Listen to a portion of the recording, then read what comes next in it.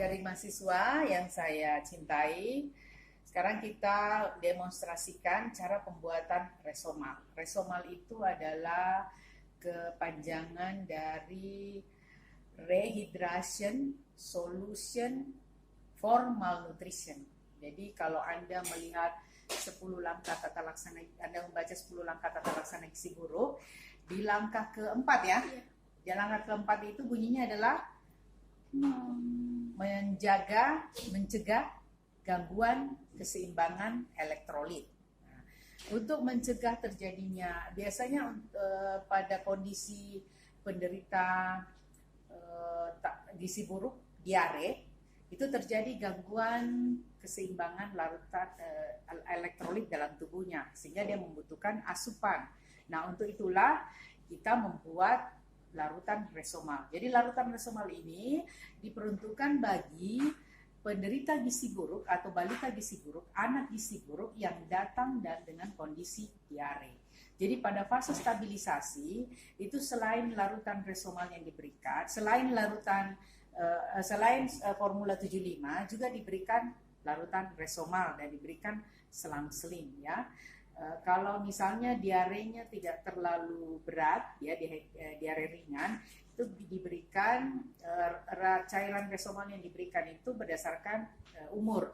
Kalau umurnya kurang dari 2 tahun, diberikan larutan resomalnya 50 sampai 100 ml setiap kali diare. Kalau umurnya 2 atau di atas 2 tahun, diberikan larutan resomalnya 100 sampai 200 ml setiap kali diare, ya.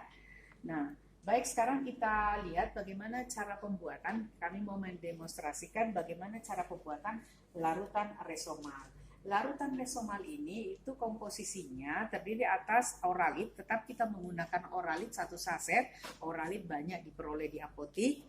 Kemudian larutan mineral mix 8 cc atau 8 ml, gula pasir 10 gram. Hanya itu saja 3.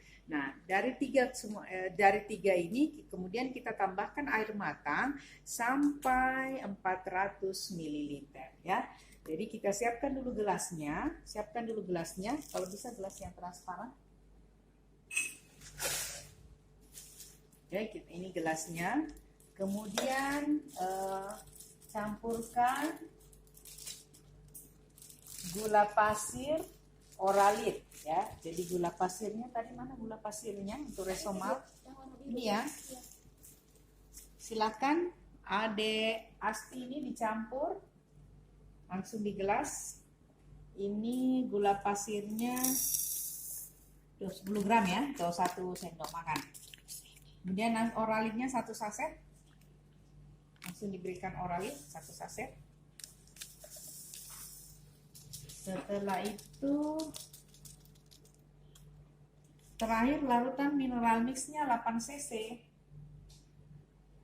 ya. Berapa ini, Bu? Sebenarnya bagusnya menggunakan spoit ya, spoit 8 cc. Atau karena kalau mau diukur setengah itu enggak bisa. Nah, pakai ini saja 8. Ini bisa kok. Ini kan 10 di sini. 8 kurangin sedikit 2 di sini, toh? 8 kan di sini. Mili dengan cc sama, Bu? Iya. Ingat, mililiter dengan cc sama ya. Jadi 1 cc sama dengan 1 mililiter. Terus sampai ya di sini. Ini kan 10 ya di sini. Ini 8. Gimana? Coba disorot. Ini 8 cc ini. Ya. Nah, 8 cc ini kemudian kita tambahkan ini. Tambahkan terakhir berapa? 400 cc atau 400 ml air matang. Silakan.